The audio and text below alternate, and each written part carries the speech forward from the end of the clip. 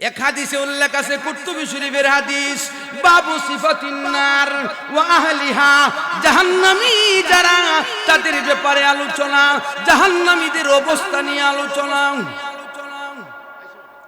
জাহান্নামীদের অবস্থা নিয়ে আলোচনা করতে গিয়া হাদিস বর্ণনা করছেন যে কোন জাহান্নামের ভিতরে ফেরেশতা কজন? আরে জাহান্নামের ভিতরে ফেরেশতা কজন? কন্যা কতজন? 19 জন। জোরে কোন কয়জন? ওয়া আলাইহা 19। কতজন? 9 অর্থ 9, 10 অর্থ 10, হইল কজন? 9 আর 10 19 জন। এই কথা আমি কইছি না, আল্লাহ কইছে।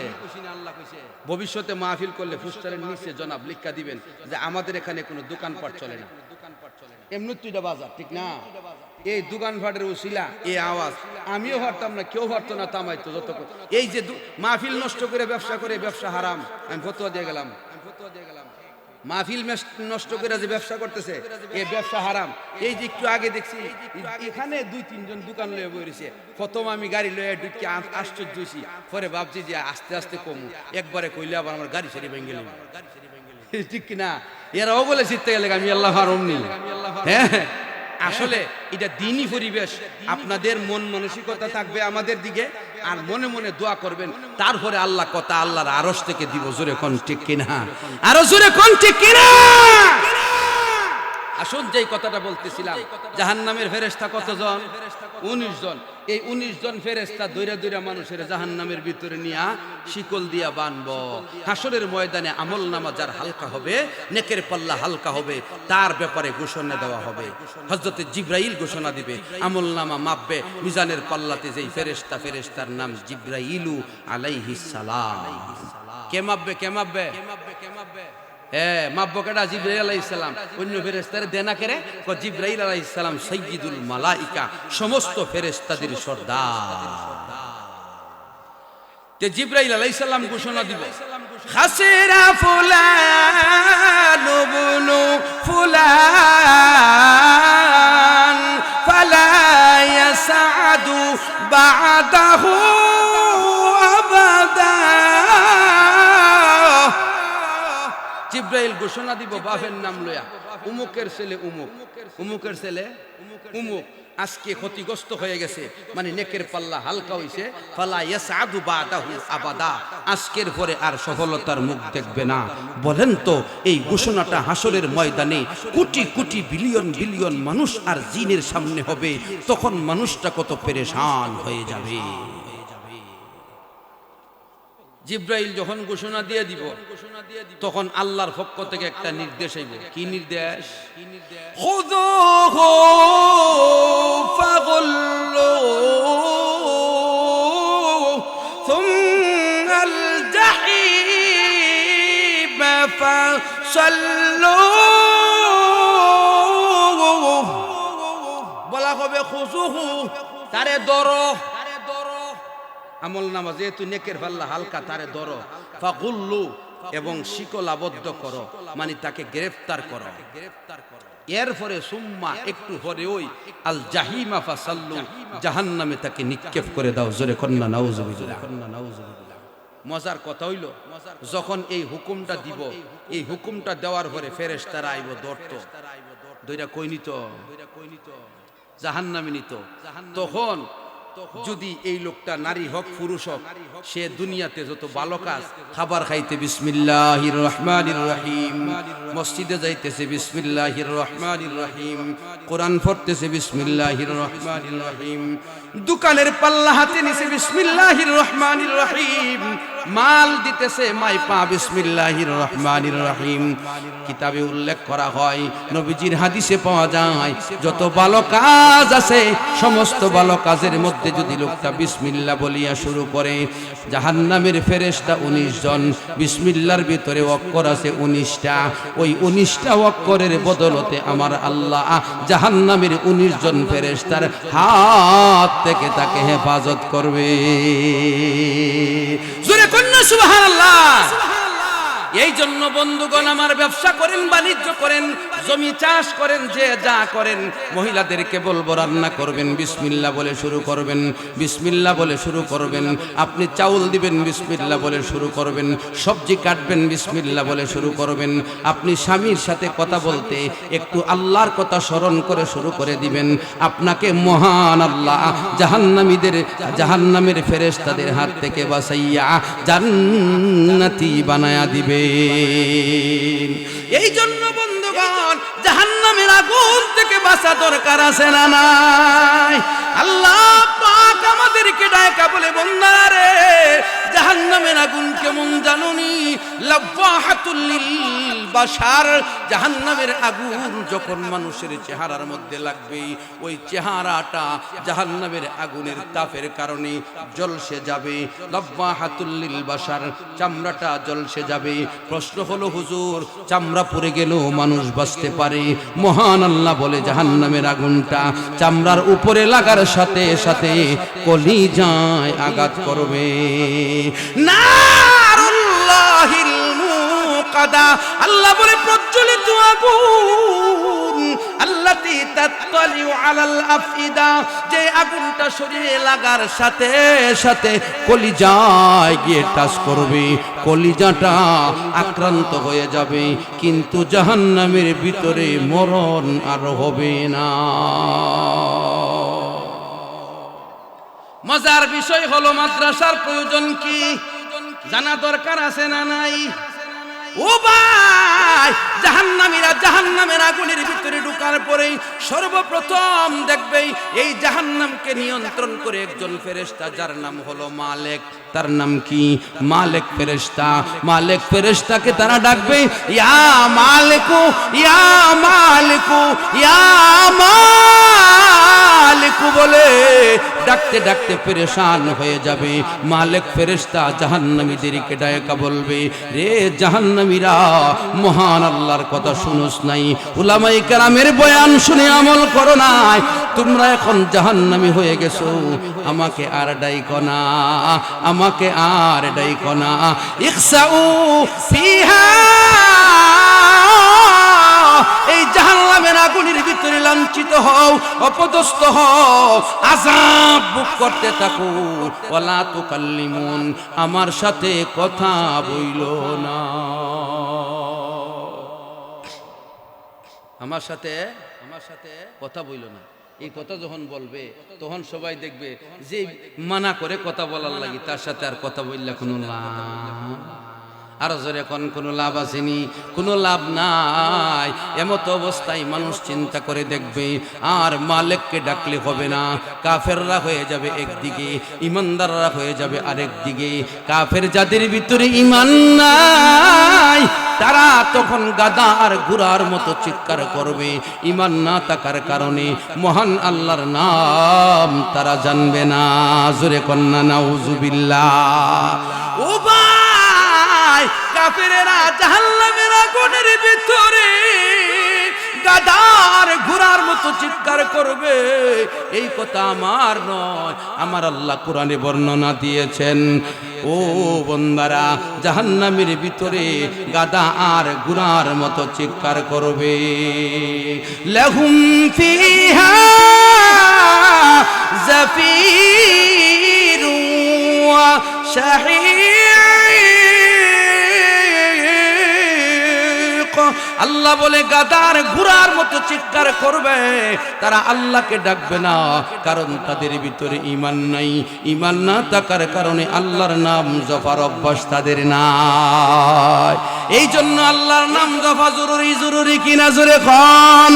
সবাই জোরে একটা জিকির দেন, লা ইলাহা ইল্লাল্লাহ। মহব্বতে জোরে, মহব্বতে জোরে সবাই আওয়াজ করেন, আওয়াজ করেন, আওয়াজ করেন, আওয়াজ করেন। লা ইলাহা ইল্লাল্লাহ, লা ইলাহা ইল্লাল্লাহ, লা ইলাহা। পাখিরা সব ডালে বসে গর্জে উঠে জফনা, সব গুজারি অলি রাজে করছে ওই নাম সাধনা লা ইলাহা ইল্লাল্লাহ। জোরে জোরে সবাই জবান খুলে।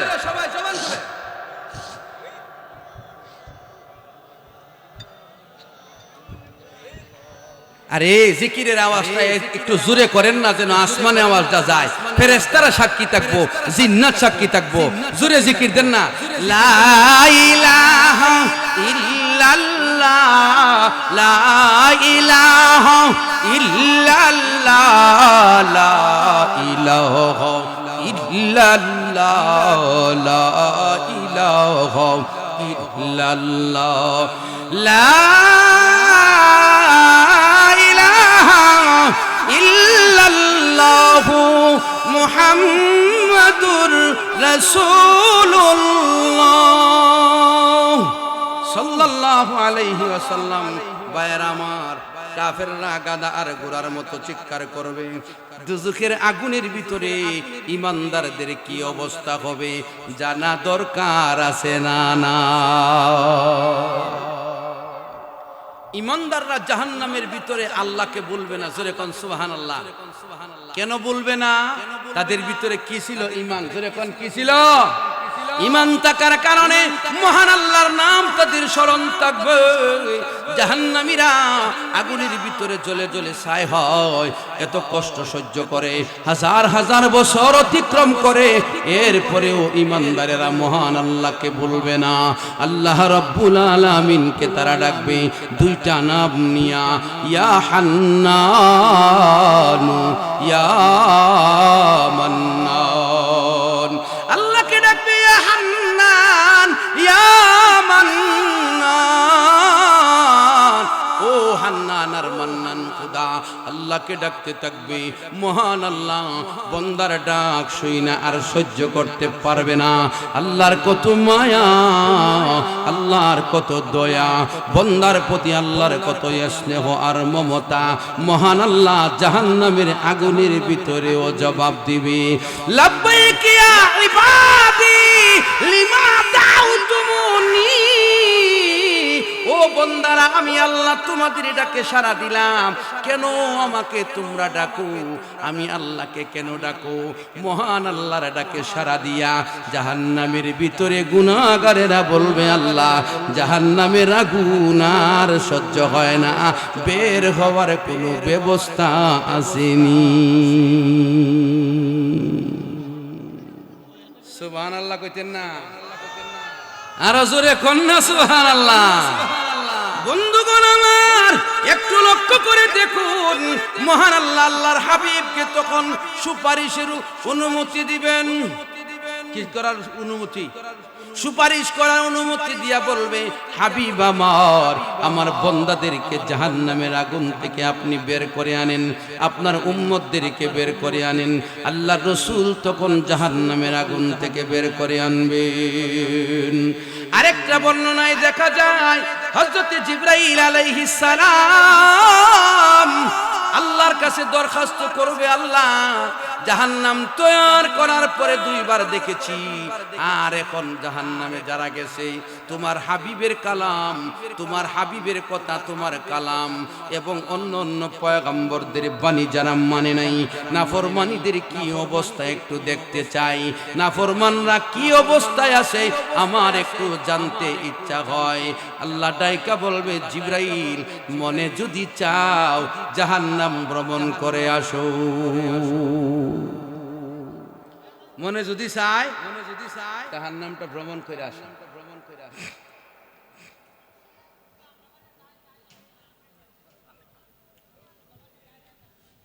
মনে যদি চায় জাহান্নাম ভ্রমণ করে আসো, অনুমতি দেওয়া হবে। হযরত জিবরাইল আলাইহিস সালাতু ওয়াস সালাম জাহান্নামের ভিতরে ঢুকবেন। ঢুইকা দেখবে মানুষ বড় অসহায়, মানুষ জ্বলে জ্বলে কান্না করতেছে, আগুন তাদের চামড়া একদিক থেকে পুড়াইয়া দেয়, চামড়া পুড়ে পুড়ে ছাই হয়, আরেক দিক থেকে চামড়া গজা। আল্লাহর নবী হাদিসে বলেন, দোজখে আর জাহান্নামী মানুষের চামড়া কত মোটা, বলেন 70 গজ মোটা, জোরে কোন কত গজ? 70 গজ। 70 গজ বলতে 140 হাত বোঝায় না, হাদিসের ভাষায় 70 গজ বলতে অধিক পরিমাণ মোটা বোঝায়। ও ভাইয়েরা আমার, এই মোটা চামড়ার উপরে দুজকের আগুন লেগে লেগে পড়বে, আর এই আগুনে জ্বলে জ্বলে চামড়াটা শেষ হবে। এই চামড়াটা পুইরা শেষ হইলে আবার গোশতে যদি লাগতো, হাড্ডিতে যদি লাগতো, লোকটা মইরা যাইতো। কিন্তু আল্লাহ নিজে বলেন একটা চামড়া পুড়ে ছাই হবে, নিচ থেকে আরেকটা চামড়া গজায়া দেওয়া হবে। কুল্লামা নদিজাত জুলুদুহুম বাদদালনাহুম জুলুদান গায়রাহা লিয়াযুকুল আযাব।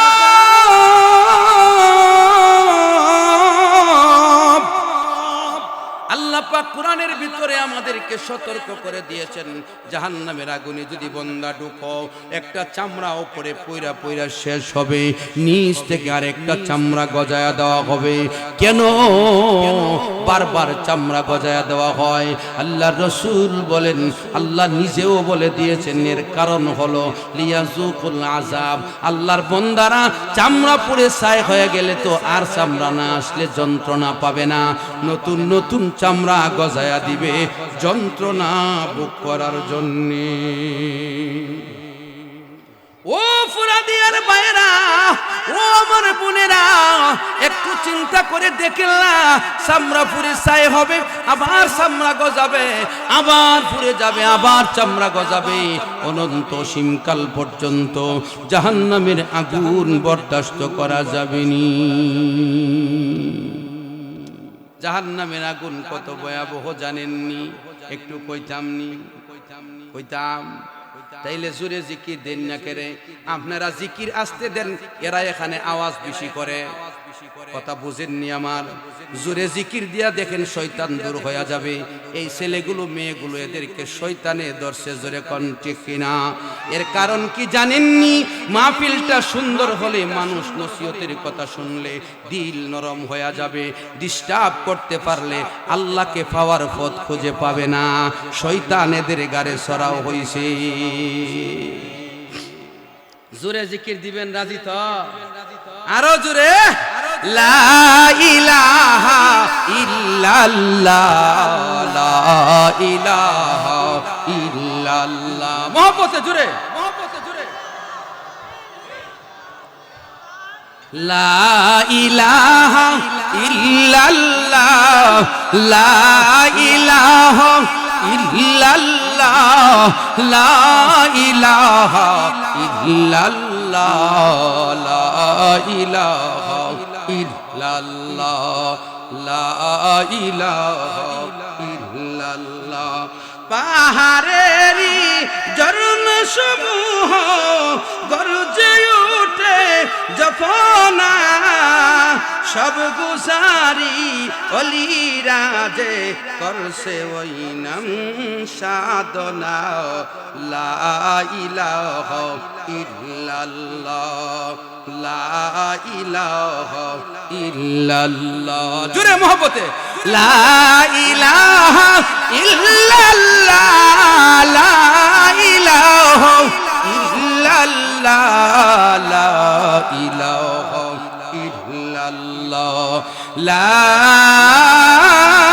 ইলাহা ইল্লাল্লাহু মুহাম্মাদুর রাসূলুল্লাহ সাল্লাল্লাহু আলাইহি ওয়াসাল্লাম। দেখেন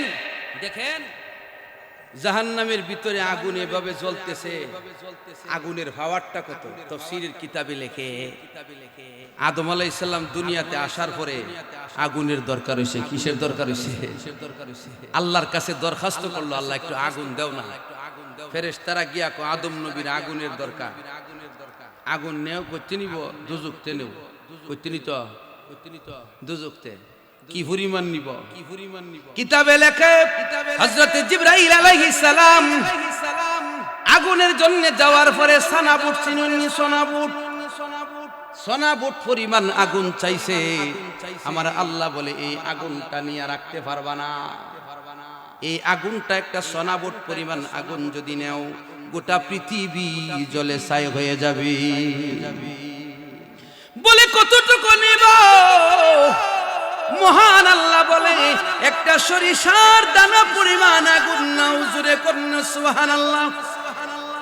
খারদাল খারদাল সরিষার দানা পরিমাণ আগুন জাহান্নামের আগুন থেকে আইনা পাহাড়ের উপর রাখছে। কোথায়?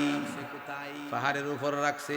যদি আমেরিকাতে রাখতো আমেরিকার অবস্থা কি হইতো? বুঝেননি আমার কথা? ও ভাইয়েরা আমার, সরিষা পরিমাণ আগুন দুজকের ভিতর থেকে আইনা পাহাড়ের উপর রাখার পরে পাহাড়টাকে পুইরা ছিদ্র কইরা আবার আগুনটা জাহান্নামে চলে গেছে। সুবহানাল্লাহ কইতেন না? চিন্তা করে দেখেন না কত কঠিন আগুন। এই আগুন আমাদের আযাবের জন্য তৈয়ার। এই আগুন সহ্য করতে পারবেন নি। ও ভাই, মানুষের অধিকার আর মাইরেন না, অন্যের হক আর মাইরেন না, গুনাহ খাতা আর কইরেন না, তওবা করে নেন, আপনি শুদ্ধ হয়ে যান। জাহান্নামের আগুন কিন্তু আপনার জন্য তৈয়ার। এই আগুন সরিষার দানা পরিমাণ আগুন পাহাড়কে ছিদ্র করে জ্বালাইয়া যখন দুজকে চলে গেছে, জিবরাইল আমিন বলে আল্লাহ তোমার পয়গম্বর আদম নবী উপকৃত হবে কেমনে? আল্লাহ পাক বলে আগুন যেহেতু আবার চলে আসছে দুজকে, এই আগুনটাকে তুমি আমার রহমতের সাগরে দৌত করো ৭০ বার। কতবার? সুবহানাল্লাহ কইলে ওরান লাগে। ৭০ বার দৌত করার পরে আগুন আইনা আদম নবীর জন্য দেওয়া হয়েছে। এরপরে আগুন ব্যবহারের উপযোগী হয়েছে। জোরে কন্যা সুবহানাল্লাহ। এই আগুন এইভাবে জ্বালায়া দেয় আমেরিকা, এই আগুন দাবানল হইয়া জ্বালায়া দেয় বিভিন্ন দেশে। ও ভাই, ৭০ বার দৌত করার পরে আগুনটা এমন হয়েছে যে আগুন নিবানোর মতো কোনো ক্ষমতা কারো নাই। তাইলে জাহান্নামের আগুন নিবাইবেন কেমনে? সাহাবায়ে কেরামের সামনে আল্লাহর রাসূল একদিন হাদিস বর্ণনা করে যে আল্লাহ রাব্বুল আলামিন জাহান্নামের আগুন তৈরি করার পরে 1000 বছর পর্যন্ত জাল দিছে। জোরে কোন সুবহানাল্লাহ। কত বছর?